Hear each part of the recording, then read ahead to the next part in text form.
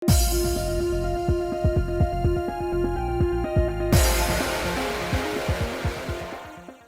guys, it's Spacey Sims, and we are back with more Virche Epic Lycoris. Continuing the trauma train. It's okay. I'm okay, because I played some 9-rip before we got here, and that game makes me happy, despite the fact that it's a little bittersweet, but I needed it. It's a little bit of a palate cleanser.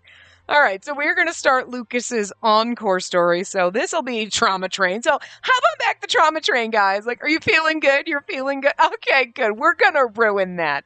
We're going to drive this train straight into a fucking wall, and we're all going to be injured and broken and bleeding by the time we're done. Fun times! Oh, especially because the game hates Lucas. I forgot.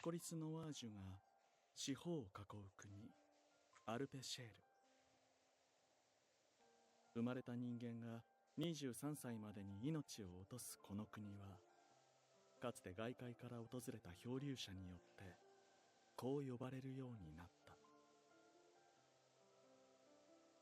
死神に見入られた国と。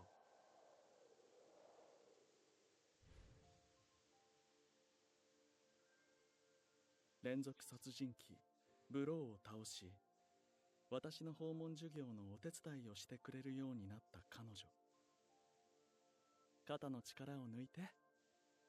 君は君にできることをすればいい。いっそ子供たちとの交流を楽しむつもりで臨んでください。私の妹のナディアです。よければ兄弟ともどもこれからもよろしくお願いします。子供たちやナディアとの交流で少しずつ愛らしい表情を見せるようになってくれた彼女に訪れた悲劇。死んだはずのブローがよみがえり、凄惨な現場を目撃してしまう。王族からの要請でブローをおびき出すおとりにされてしまった彼女は、しばらく私の家に寝泊まりすることに。ごめんなさい。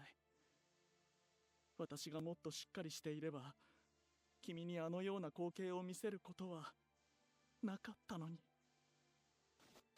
そう、あのような汚らわしいリライバーを浄化する光景など、歪んだ性を享受する歪んだ存在、その魂を浄化し続ければ、きっと神は願いを叶えてくださる。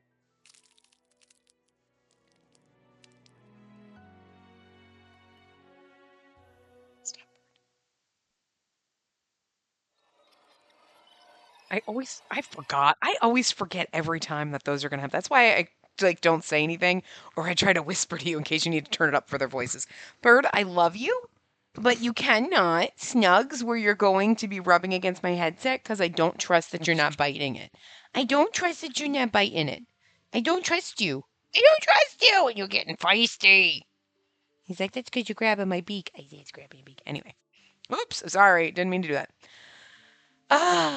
This was yet another tale of the man who yearned for his destiny.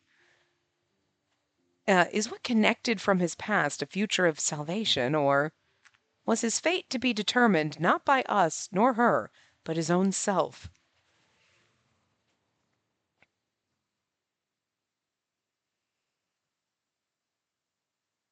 Oh, my. To be out at such a late hour. You really are a bad girl, aren't you?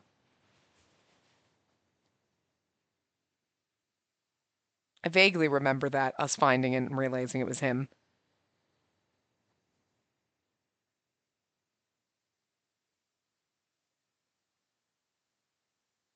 What is happening? There was just there was literally nothing. It was just question marks and, like, a shadowy figure. Okay. In case you weren't paying attention. Like, I wasn't just quiet for 5 minutes for no reason. Well, it wasn't 5 minutes, but you know what I mean. The Proust family was given the right to serve in the royal guard due to unique circumstances. Oh, I guess I'm supposed to be... I'm Lucas right now. Okay. Our family was known for its strength, a bloodline gifted with extraordinary power. But I, Lucas Prowse, took after my mother's feminine beauty, and yet... Not again. I can't control myself. I was blessed with abilities far exceeding anyone in the Proust family, strength that did not suit my outer appearance. Those born in my family had a difficult time controlling their strength, and many were unable to live a normal life. The Proust family's special training regimen was derived from a book purchased from the Drifter, detailing the techniques of a unique martial art from the Far East. Unable to control our strength, we were able to live normal lives. Oh, able to control our strength, we were able to live normal lives. But I didn't like to fight. It was painful to know that the training I underwent was transforming me into some inhuman beast. Furthermore, I resisted the idea of causing harm to others. I went along with my father's orders and trained to become a soldier, while waiting for the opportunity to go against his will. That opportunity arose 12 years ago.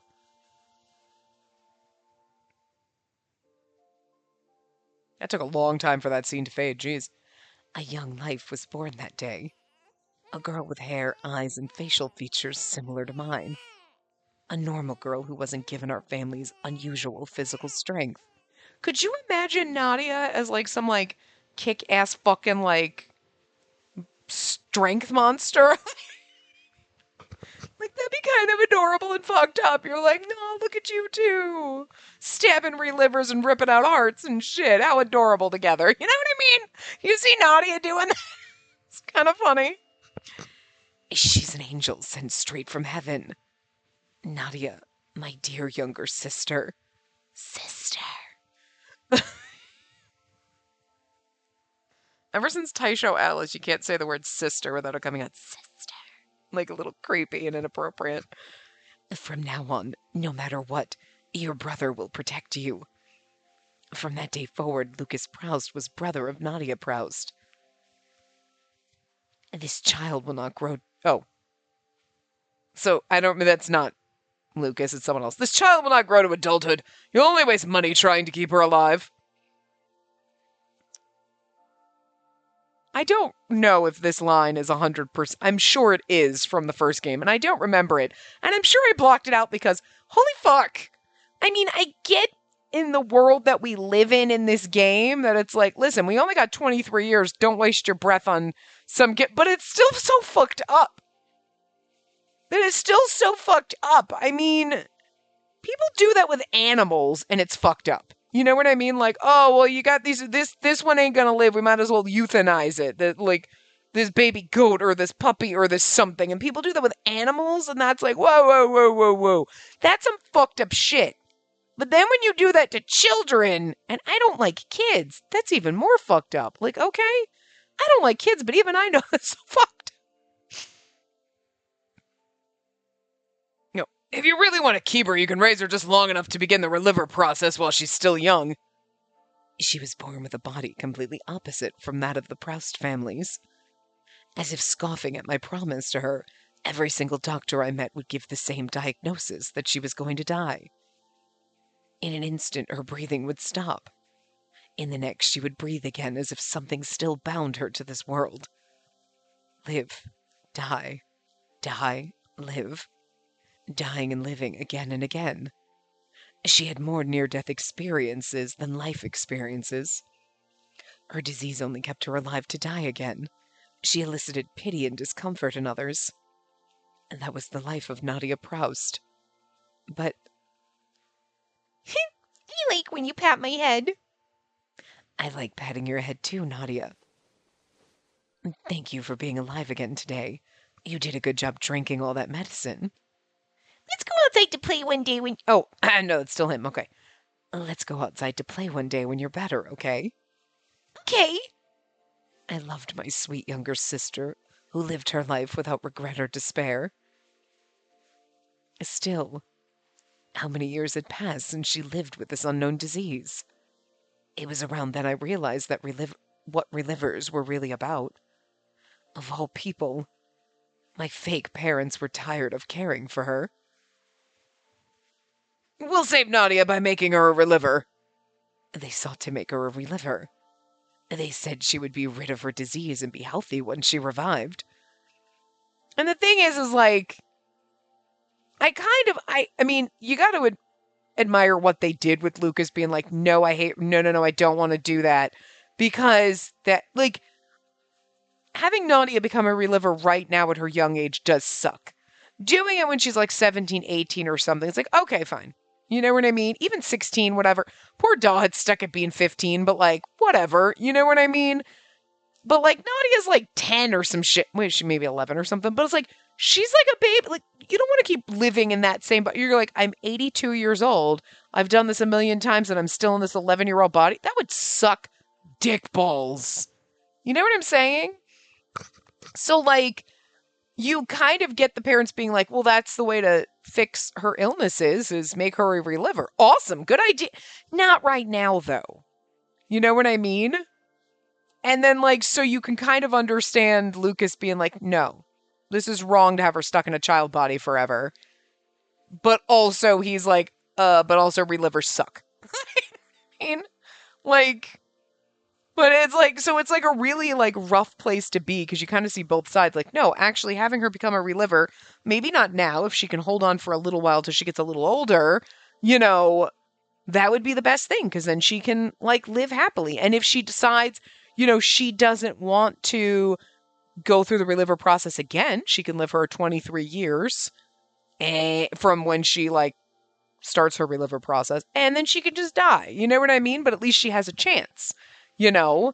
But it's for Lucas, even the idea of just her becoming a reliver once is not good enough. You know what I mean? Yay! Ignore that. Don't play. Ready to play. Isn't the release date like now, though? That's why it's downloading? I don't know. That's Steam Prison Beyond the Steam. I thought part of it came out. I was like, I just like pre-ordered it yesterday.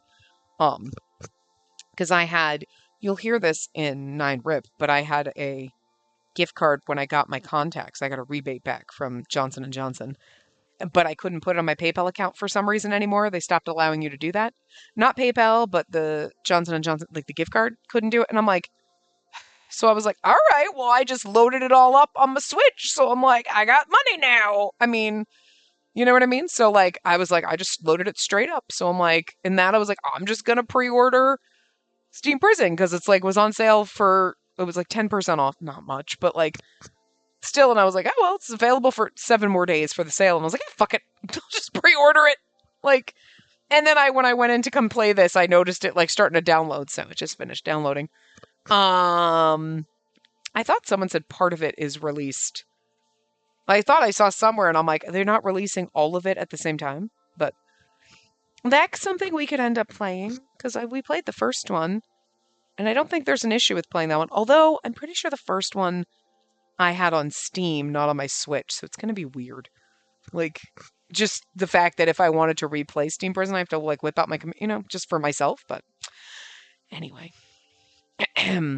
They said she would be rid of her disease and be healthy when she revived. Their idea made me sick to my stomach. They were going to ignore all the suffering Nadia went through and turn her into a fake. But it's like he's so adamantly against it, but it's like it would help her.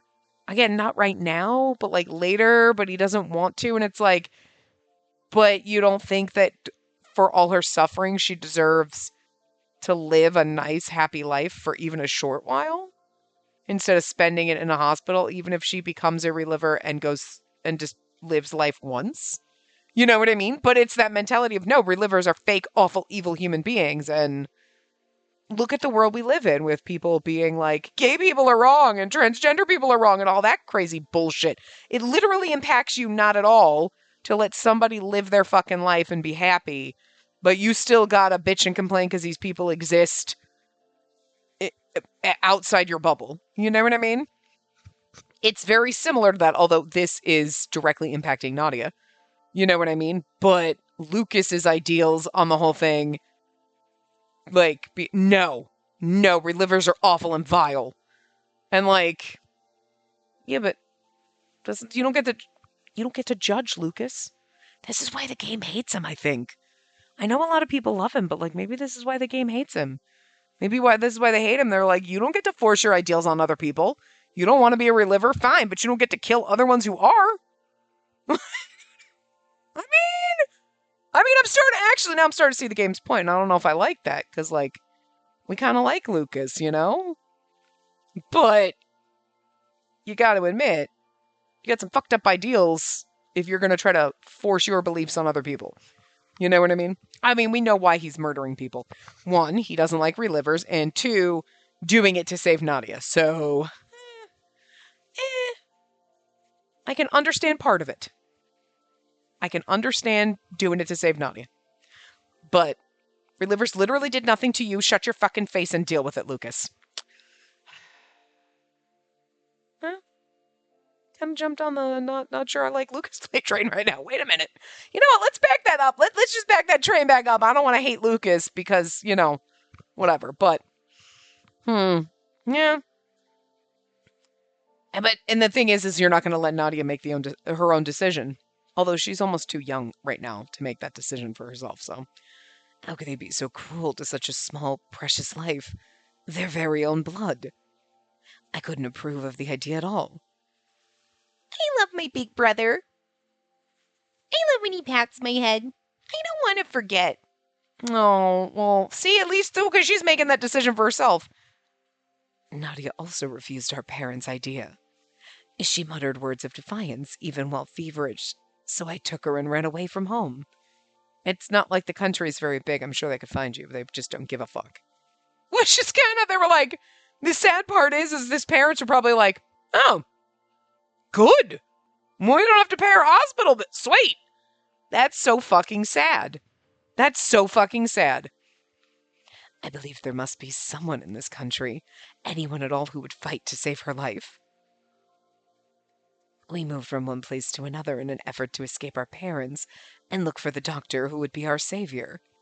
But her disease appeared more serious than the curse that shrouded this country. Just turn her into a reliver. That was the cold-hearted refrain I heard again and again in response to my plea. Not a single doctor even attempted to save Nadia. Worse, not one of them saw her as a form of life in the slightest. I felt that God had forsaken us. Well, the writers did. You, literally, with all the endings you got that were just fucking tragic. However, there was one place that showed pity and took us in. Only during our time there were we able to enjoy ourselves in the kindness of others. But as a facility run by normal residents with no medical furnishings, Nadia's condition only continued to worsen. Saying our thanks, we left the facility, yet we were still unable to find any hospital or doctor to help us. Just as I was about to break from the despair of life being seen as something trivial,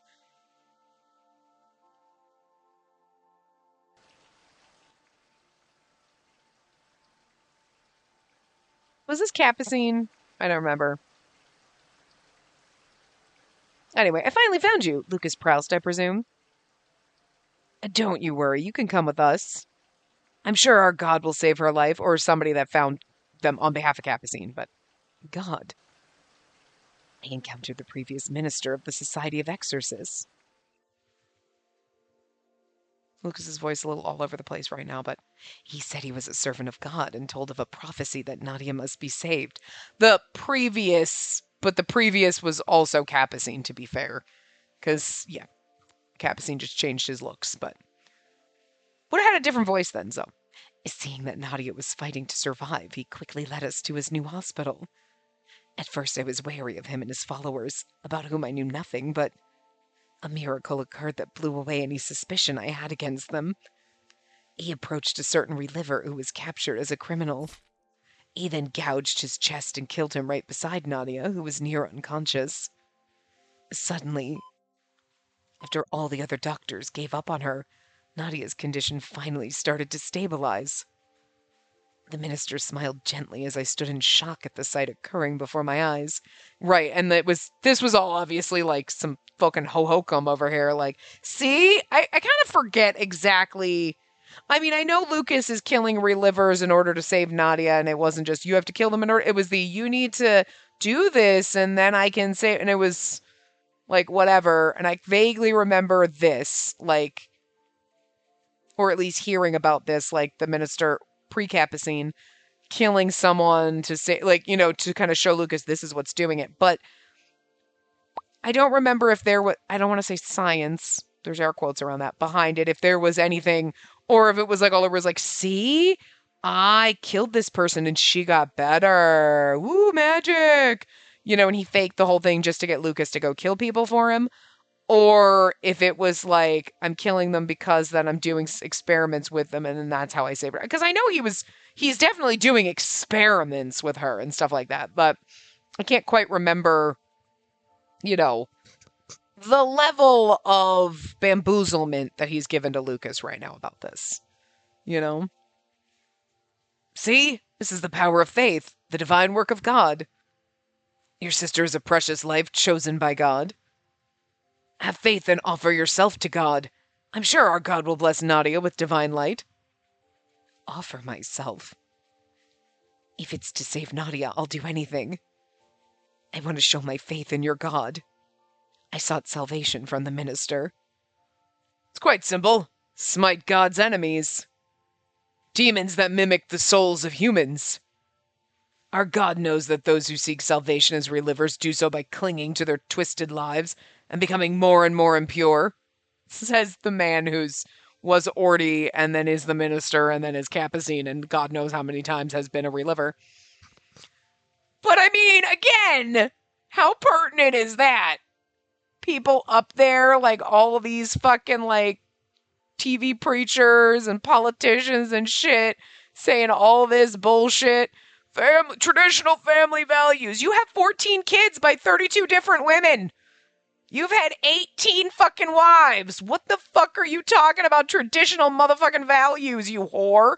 You can't keep it in your pants. You have 13 mistresses. Shut your mouth. But people still eat it all up. You know what I mean? And it's like, do you open your eyes? It's literally Capucine. Capucine is literally that. Like, relivers are awful. Garbage. But at least Capucine's covering his tracks. Trying to hide his shit. Not blatantly out there being like, the relivers are awful. I know I'm a reliver, but I mean, like, the other relivers are awful, but not me. And everyone's like, yeah, okay.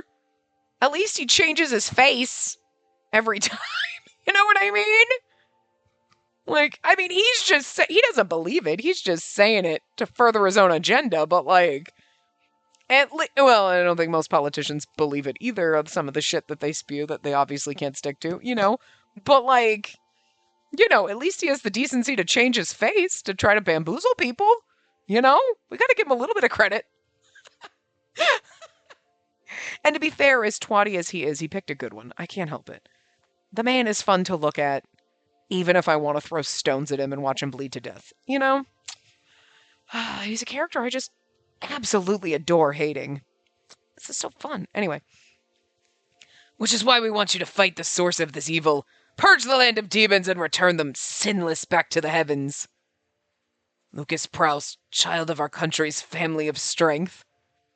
We ask for our sake and your younger sisters that you use your power for the greater good. And there was only one answer to his request. If it meant saving my dear younger sister. Sister. Understood. In the name of God's will, I would embrace any chance of a miracle. As proof of my servitude, I was to offer the hearts of the demons to the heavens and strike them with a dagger as punishment. A ritual of purification to show my faith in God. Purification, a ritual conducted by Boro. The process involves Boro offering the hearts of demons to the heavens and stabbing the victim in the chest with a dagger to signify punishment for their sins. Tour Guide Spacey really knows how to make things fucked up, huh?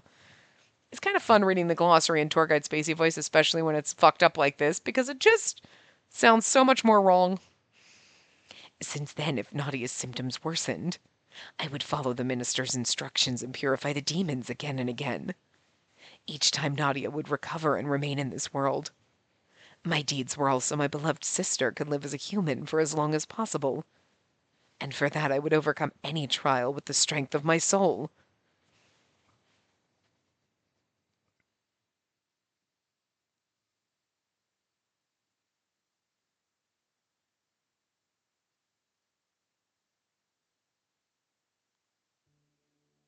As long as I continue to purify, God will save Nadia through another miracle.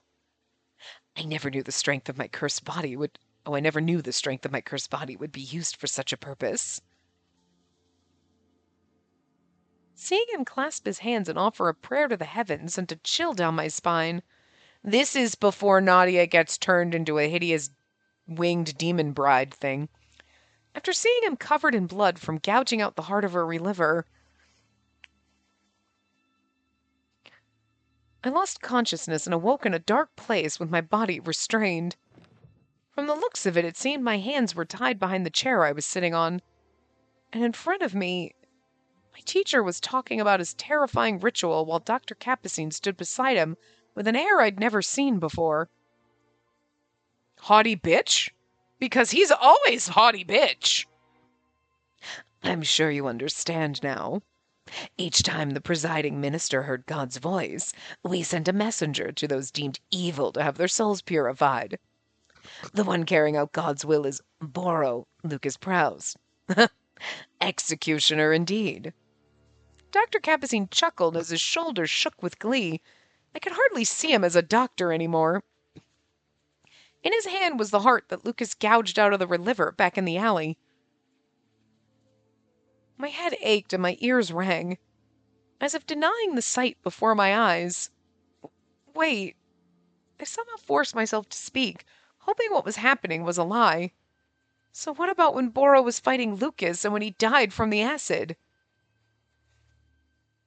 Those were fakes prepared by the Society. We switched places after you and Mathis witnessed the purification. I don't know who they were, but they did pretty well, didn't they? Yeah, he doesn't know that they're cloning him. Once I die, it would be great if others like them could carry on the mission. I'll consider it. Everything I was hearing now, the horrors were slowly destroying the hope and trust I had built in them over time. I must say, I can't believe she saw you conducting the purification. You need to be more careful, Lucas. I'm truly sorry.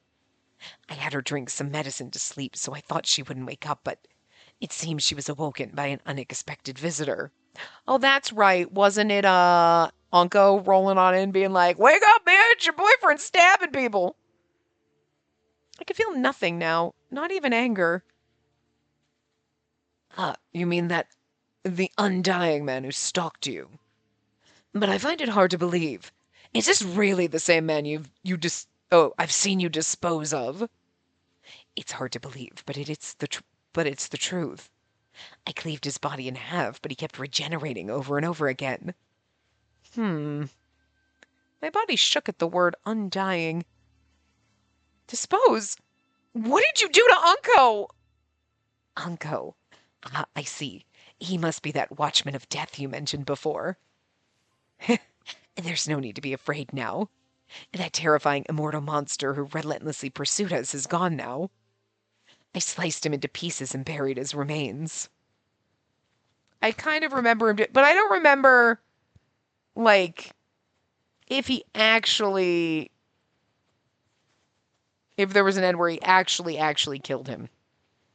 As long as his head's in one piece, I think he's fine. I somehow held back from screaming.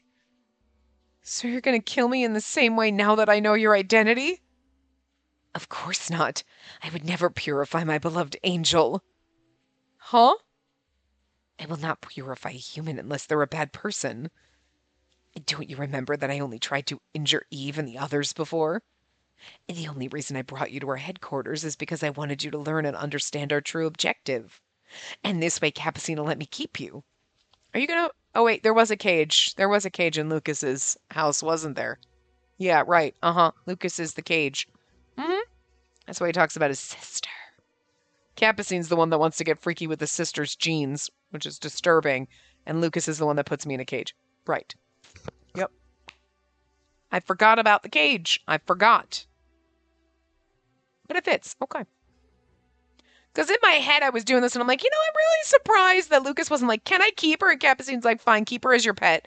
And then, Lucas being like, "Yay!" And, I'm really surprised they didn't have some kind of fucked up kind of thing like that. And then I was like, all right, the cage. Kind of close enough. You know what I mean? Lucas is like, I own you now. You're my property. Because he's a little unhinged. And I'm not 100% sure most people would be like, how dare you? They'd be like, all right. You know? And again, Lucas is Cyan's my favorite. Cyan can do whatever the fuck he wants. But like, I don't dislike Lucas. He's beautiful. So like, I mean, are you a little bit trash because you're like, I'm going to go murder relivers because I think they suck? Yeah, that's kind of douchey. You're doing it to save your sister and you've kind of been brainwashed, to be fair. I remember he was brainwashed. So, like, I guess we can give you a pass on the whole trash angle. It's okay for you to hate relivers. You're killing them because you were brainwashed. I forgot about that. So, like, you put me in a cage, like, what ifs? All right. I mean, hi, okay. Sure. He's pretty. All right. I'm not going to complain. Actually, let's get back onto the cage. Listen, if this is going to be fucked up, let it be fucked up and not everyone's dying way. Let's make it like really fucked up. How dare you? Actually, I'm okay with it. You know, let's get some kinky fucked up going on. You know, I'm just saying, game. Come on, it'd be inappropriate and wrong, but we'd all enjoy it. You know. True objective. Capucine spread his arms wide. Now then, an introduction. Welcome to the headquarters of the Society of Exorcists. The area suddenly lit up. Ah! A shriek cut through the darkness. Oh! No more! My body! I can't keep! Ah! At the center of a large amount of equipment, that sounded very lackluster, but like, I'm not going to scream with passion. People might think I'm actually getting stabbed. Were followers of the Society of Exorcists wearing clothes just like Capucine. They observed him screaming in agony as though they were looking at some object. It's like they were all just waiting. Wait, the lights are down. Hold on, Capucine's having a monologue. Okay, wait. Lucas was they were going back and forth, but still. And then the second the lights came on, they're like, oh, now we can stab him. Like, why were we not hearing or seeing any of it? You know what I mean? Like, it was dead silent. They weren't doing anything. You know, they were just waiting for the lights to come on. They were like, don't. Capucine and Lucas are talking to that girl. Don't do anything, Tom. Jesus. Wait till the lights come on. Then it's our act.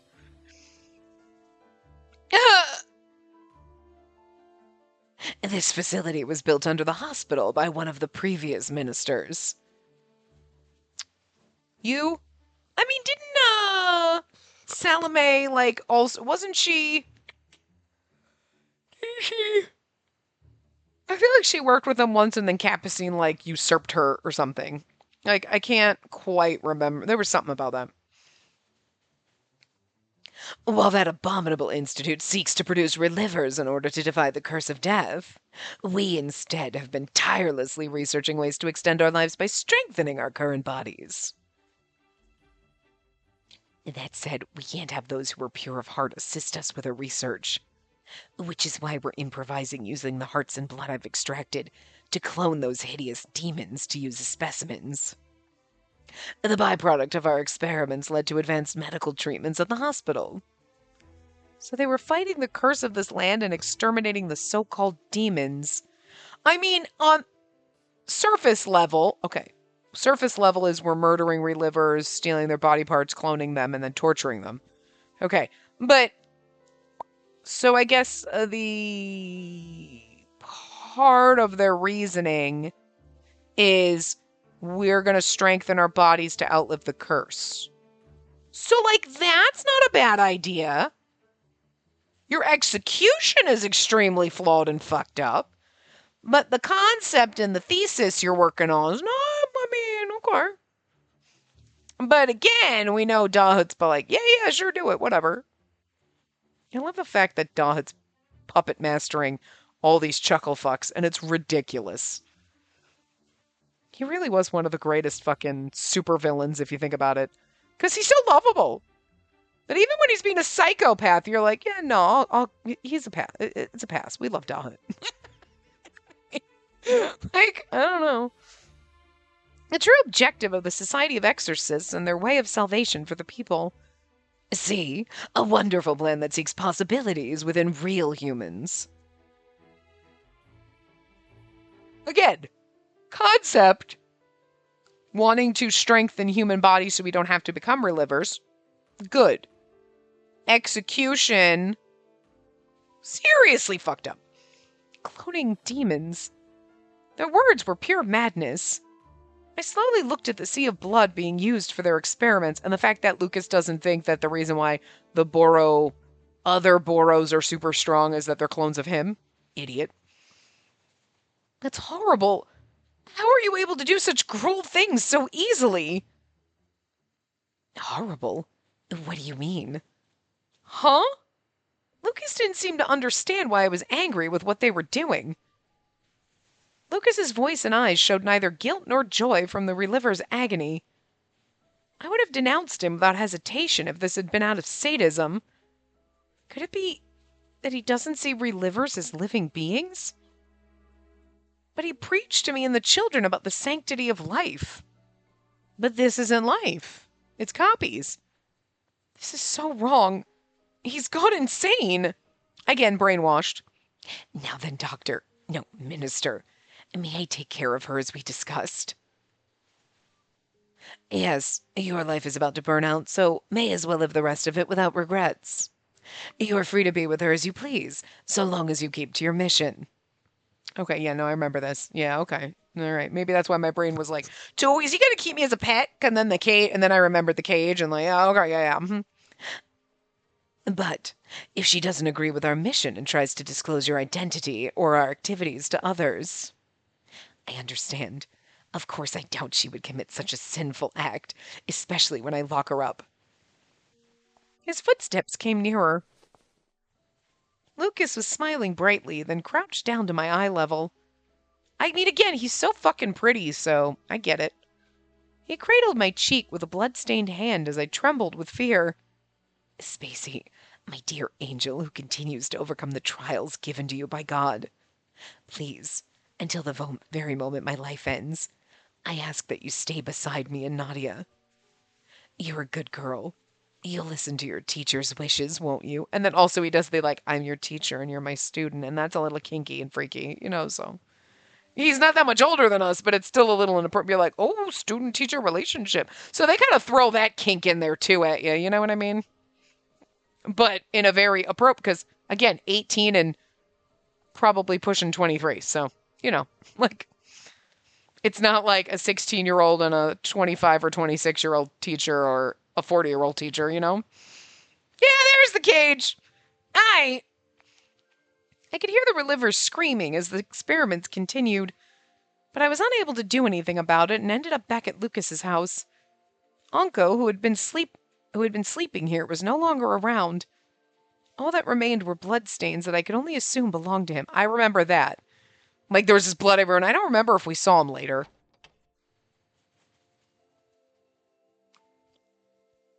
I was gently pushed by the shoulder into a space large enough for several people.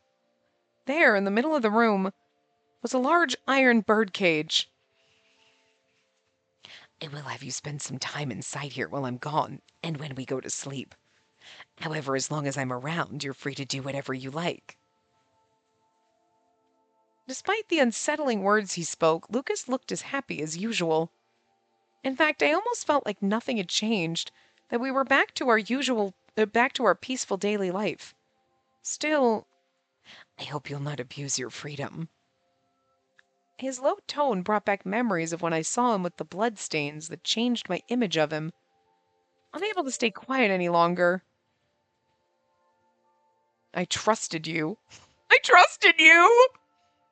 That's almost like, I'm not mad, I'm just disappointed. You're like, oh, and you're like, I trusted you. Ouch. It's not, you tricked me. It's, I trusted you. There was so much gravitas behind those words. You really are Lucas. I trusted you. I want to say mean things to him. I don't know why. I want to fight back a little. No, it's you really are Lucas. I mean, I had to figure that was the best answer, but doesn't mean I wanted to say that. I trusted you. I'm feeling hurt, so I want to hurt him too, Yeah, he might stab me, but whatever. You really are the same Lucas who taught me how precious life is, aren't you? Yes, undoubtedly so. I'm no fake, unlike relivers. The memories and feelings I've shared with you aren't dulled in the slightest, and have remained in my heart as they always have been. It's not very convincing now. What about Nadia? She doesn't know anything. She's only associated with the society to show that she doesn't want to become a reliver. So please keep it a secret from her. Understood. I didn't want Nadia to know the truth either. Her kind and loving brother was actually a murderer who killed in order to save her. The thought alone would probably cause Nadia to collapse from shock.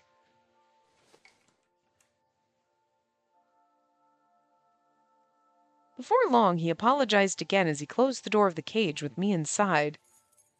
The sound of the lock clicking against the small prison rang coldly inside the room. I didn't expect you to find out who I really was, but how fortunate it is that I can now spend my final days with my loved ones. I'm so blessed. We'll be together until my death. My very own angel. Are you blushing a little? He smiled weakly as he looked through the bars of the cage. I'm going to sleep. Nothing I said would reach him. I sank down onto the makeshift bed of blankets under me. My body and mind were tired and heavy. I just needed some rest now. Yes, good night. Sweet dreams. As he spoke, he lay down beside the cage, covering himself with a thin bedsheet unfit to stave off the cold. I decided to stop looking at him and cover myself with a bedsheet as well. If his objective is to kill relivers, then Mother, Hugo, Cyan, and the others are all potential targets. I also need to find out where Unco is buried. I needed to kill my feelings. He wasn't my teacher anymore. The emotions I felt were simply an illusion.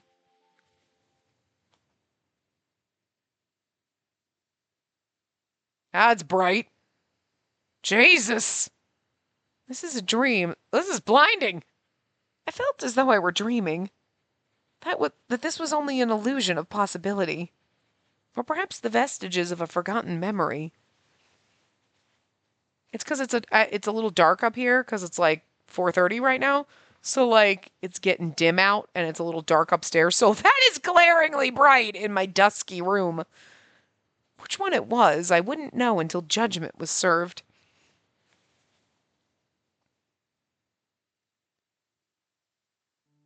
"8 years ago." I don't know if we're supposed to be reading us. I'm going to read it as us until I know otherwise. It was a chance meeting shortly before that tragedy stained in red. Rain. Small droplets fell from a leaden sky. The adults around me rushed back to their homes, not wanting to get wet.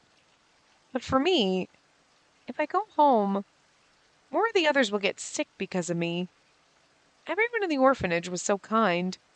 No matter how many children around me got sick, everyone gently comforted me over and over, telling me that it wasn't my fault. But I hated that I was unable to return their kindness. I sat down alone in the middle of Coen. But I knew I'd only cause even more trouble to everyone in the orphanage if I caught a cold outside. I have to get out of the rain. I took cover at the edge of an abandoned house. I wonder how long it's going to last. About an hour passed as I looked up at the sky, lost in my thoughts. From a nearby alleyway connected to the path where I stood, I heard a very adorable voice. More than that, it was weak. I couldn't help but be curious. I approached the spot that seemed like no one was occupying, and I guess we go in, because I'm assuming the cough...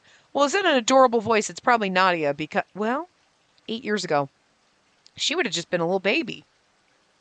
She would have been like 3 or 4. But like Lucas, if this is 8 years ago, we were like 10. So he would have been like 13. So I don't think it would have been him. You know what I mean? If it was him, it'd be him and Nadia. So I'd say go in. Oh, we do a save file here. Okay. Bad end is going to be one of these. Okay. I gotta go all the way down here to our save, where our save files were. Where the hell did they stop? Okay. Here we go. Okay. Hold on. All right, hold on. And we go in. That voice, they sound like they're in pain. I have to help them if they're sick. Being afraid of the dark, I timidly entered the alley. Oh, baby Lucas! Nadia, Nadia, are you hurting? I'm sorry I haven't been able to find a doctor for you yet. It's just a little longer. Just hold on for a little longer. I'm sure we'll find someone.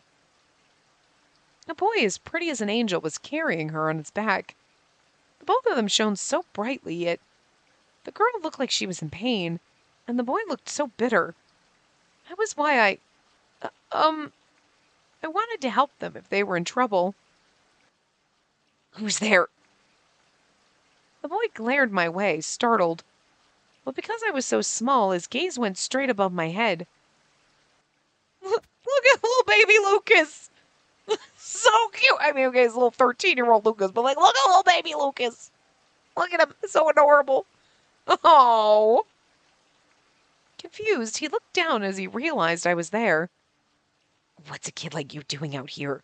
Are you lost? I heard that girl coughing. If she's hurt, she can come rest at the orphanage where I live. No, it's all right. We shouldn't trouble a girl we don't even know.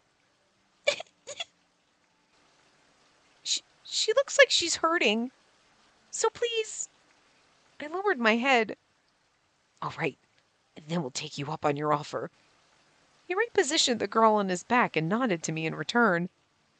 But would your orphanage really take in complete strangers like us off the street? You're orphans, right? Even though you have a fancy fucking waistcoat going on there? Yes, it is. Everyone at the orphanage, they're very welcoming, even if you're a scary girl who makes people die. He's like, that's oddly specific. The rain stopped as we walked. By the time we reached the orphanage, it was clear enough to see the stars across the sky. Oh dear, all three of you are soaking wet. Let me fetch you towels right away. And let's see, we'll get a fire going in one of the empty rooms for this poor little one.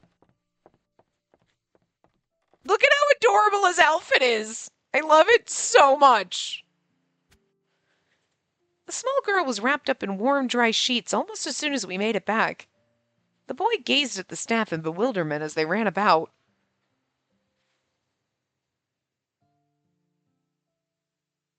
The girl seemed to be able to fall sound asleep. I think she'll be fine for the moment. We can give her some warm water to drink when she wakes up. Thank God. The boy sighed with relief, seeing that the girl was no longer in pain. You must be cold from the rain, too. I'll put on a kettle for tea, and you can tell us what brought you here. No, I don't want to cause any more trouble than I already have.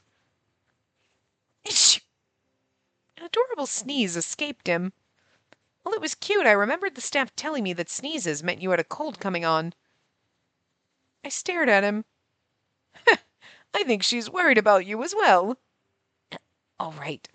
Then I'll take just a cup and... The boy looked down at me, puzzled, as I hid behind one of the staff members.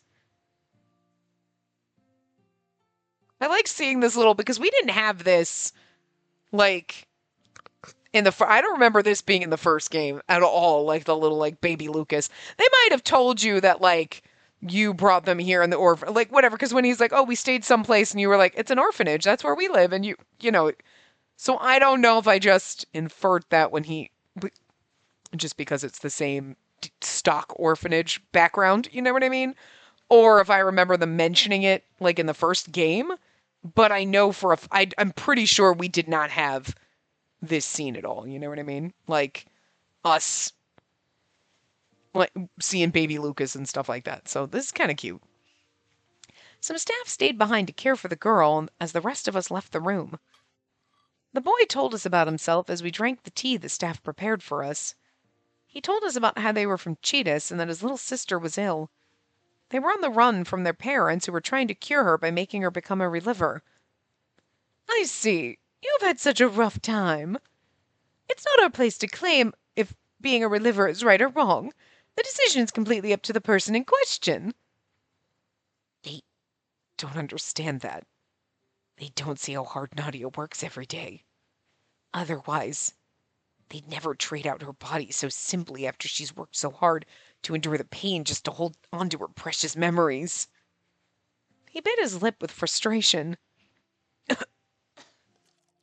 teacup spilled as he coughed in pain. You might be getting a cold from being out in the rain. Stay here for the night. I'd normally put you in the same room so you could be with your sister, but who knows what might happen if she caught your cold. Right. Thank you so much. The staff members helped the boy get up from his chair. After glancing back at me, he disappeared through the doorway. Lucas will remember you. That night, with a pail of water in hand, I quietly opened the door and peered inside. The boy was sleeping in the bed, appearing to be in pain. I slowly walked toward him. I put a towel, wet with water from the pail, on his forehead, and then... You shouldn't be up now. It's so late, and you still aren't asleep. He opened his eyes, his beautiful eyes looking straight at me. There was nowhere for me to hide, so I stood there fidgeting as I looked down at the ground. Thank you. You were worried about me, weren't you? He sat up and gently patted my head. He feels so warm. It felt somewhat different from when the staff patted my head. He mentioned his sister was fighting so much through treatments for her illness. I wondered if he did this for her a lot, too. In that case, I tried patting him back, although I had to pat his arm since I couldn't reach the top of his head. So ridiculously cute. The staff does this when we do a good job. I haven't done anything to be praised for, though. I shook my head from side to side. You're protecting her.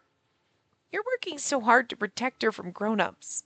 That's why I think that's really great. But more than that, I hope you don't work too hard. You're not much older than me. The moment I said that, tears that looked like jewels poured down from the boy's eyes. The boy simply gripped the sheets as he continued to cry. Did I say something mean to him? In a panic, I looked down at the floor. I'm sorry. No, you don't need to be. I worked hard. I never thought about it myself. I'm her older brother, and I'm special because I'm stronger than anyone else. So I thought it was only natural that I protect her because of my strength. The boy's tears fell onto my hands. This person, he may have never been able to ask someone for help in his life, and he was only just a bit bigger than me. I got on the bed and reached my hand up, and this time I was able to pat him on the head. You worked really hard. I did the same thing the staff always did and gently stroked the head of the crying boy. I kept repeating myself over and over, trying my best to make him feel better. So cute. Like just this tiny kid patting the bigger kid on the head. You did a good job. Aww. The boy held me as if holding a stuffed doll, still continuing to cry. It hurt me just a little bit, though. You did very well. Thank you. Considering he offered his gratitude, I wanted to believe that what I did wasn't a mistake. Well, no, and then he's been obsessed with you ever since. His angel. I slowly awoke from the light shining into the room. What first came into sight were the iron bars of the cage. Following that, I could see Lucas still asleep. I muttered to myself what a terrible way this was to wake up. Still, all of that just happened, but I didn't have any nightmares. In fact, I feel like I just had a dream that was nice and pleasant. Wondering what happened during my sleep, Lucas awoke and slowly rose to his feet. Good morning, Spacey. Were you able to sleep well? Sure. I did sleep deeply enough to have a dream, so I nodded my head, not letting my guard down. Lucas unlocked the cage and allowed me outside. Kick him and run! Yeah, like that's gonna work. It seemed he didn't intend on keeping me confined apart from when I slept or when he wasn't present. I'm sorry. I normally would have awoken earlier and prepared some breakfast. I seem to have overslept. It doesn't matter. That's unlike you. Oops. That's unlike you, or it doesn't matter. I feel like it doesn't matter. Because we're so depressed and miserable, but it's probably, that's unlike you to be pleasant. I don't want to be pleasant. I want to be brooding and miserable. I want to tell him I trusted you, and it doesn't matter. Damn it. Sorry, buddy. It's unlike you to oversleep. Yes, I'm surprised as well, but I have this feeling.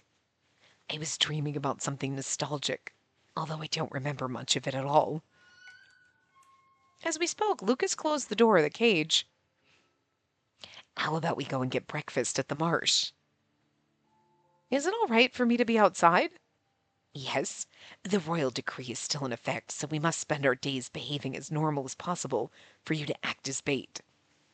I understood that he meant I could go and see anyone, but needed to hide my captivity. Is he not thinking of the possibility that I might ask someone to help me? Or did he think I didn't even have the nerve to try and do so? Wasn't there a scene where we went and we were talking to Mother, but if there was the choice there and one of those, he'd be like, I know you were hinting. You know what I mean? Didn't we have that? We went and we go see people, but In any case, I wouldn't get anywhere by staying here in his house. For now, I should probably prioritize gathering information from him when we made appearances outside. All right.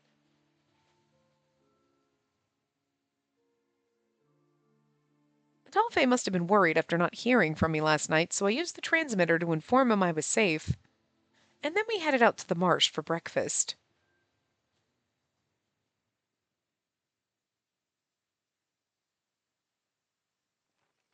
I opened the newspaper I purchased from the marsh.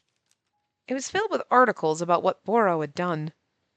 Just last night, the person next to me actually went out and committed his so-called purification. Obviously, the Corps and the Royal Guard had strengthened their units to defend against the horrible murders, which could explain why the marsh was a lot busier now while the sun was still up. How about this, Spacey? I got a sandwich I thought you might like. I can eat it, I suppose. I sat down on a bench with Lucas and forcefully swallowed down the sandwich despite my lack of appetite. I was glad at least I was able to eat outside in terms of not having to worry about my food being poisoned. Once we're finished here, let's go wherever you want. All right. What should I do now? Should I go to the orphanage or to the core base and somehow get Adolphe and the others to rescue me? Or... Whoops! I heard the sound of something crashing to the ground. Wondering what it was, I looked over to find... Oh! For some reason, the whoops and the crashing, and I was trying to think, is it a character we know? And Dahut was the one that popped into my head. Again, I don't know if this is a scene from the first game and that's why I remembered, or it just seemed like a very Dahut thing to do. Ow! No good, huh? I guess making it easier to move with my hands also made it easier to lose my balance. Dahut? Dahut, who was normally at the Institute, now sat on the ground. Beside him was a large chair. No, a wheelchair knocked over on its side. Are you all right, Dahut? Worrying that he might be injured, I rushed over to him with Lucas beside me. Oh, it's you two. What are you both doing here? We were just having breakfast here. Are you hurt? I'm all right, I think. Well, that was an embarrassing display. Grabbing Lucas's hand, Dahut stood up. It's been a while. I've been meaning to apologize for everything Cyan did back then. Though it looks like you've been dragged into another scary situation once again. Yes, well, more than you know. I was sure he knew what was going on from Cyan. He tried to avoid the subject while showing concern for my well-being. What's the deputy director of the National Research Institute doing here without any security? Oh, well, I was just taking this newly developed wheelchair on an endurance test. Wheelchair? Dot, could it be you're injured somehow? Oh, no, it's not for me. This is a gift I've been developing to give to a friend. It's Nadia Proust. I'm sure you know. She is your younger sister, isn't she? Huh? Friend? Wait a minute. So cute. Oh, that's right. I was going to tell you two and my brother. I actually made one more friend recently.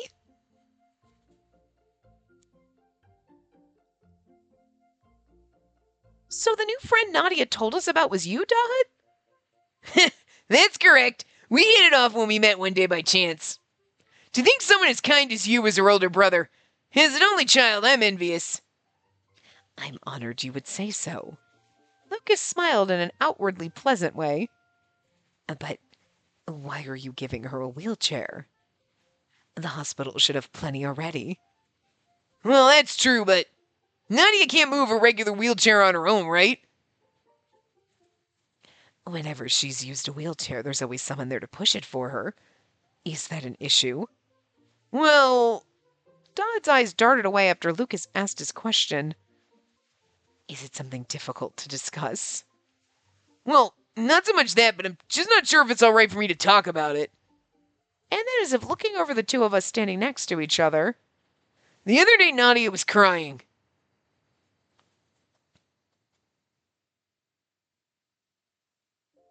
See?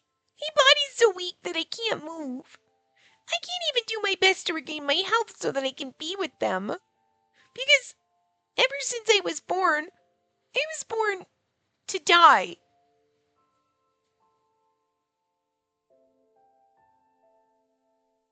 She was saying she couldn't even do her best to be with her brother. She did? What she really wants to do is be able to walk on her own strength, and she was practicing. But it really wasn't possible for her. So I wanted to give her something she could use by herself to show she's doing her best. If she could at least approach her two favorite people in a wheelchair she moved on her own, the world she lives in might grow bigger, I hope. But, well, I'm just butting into other people's business, aren't I?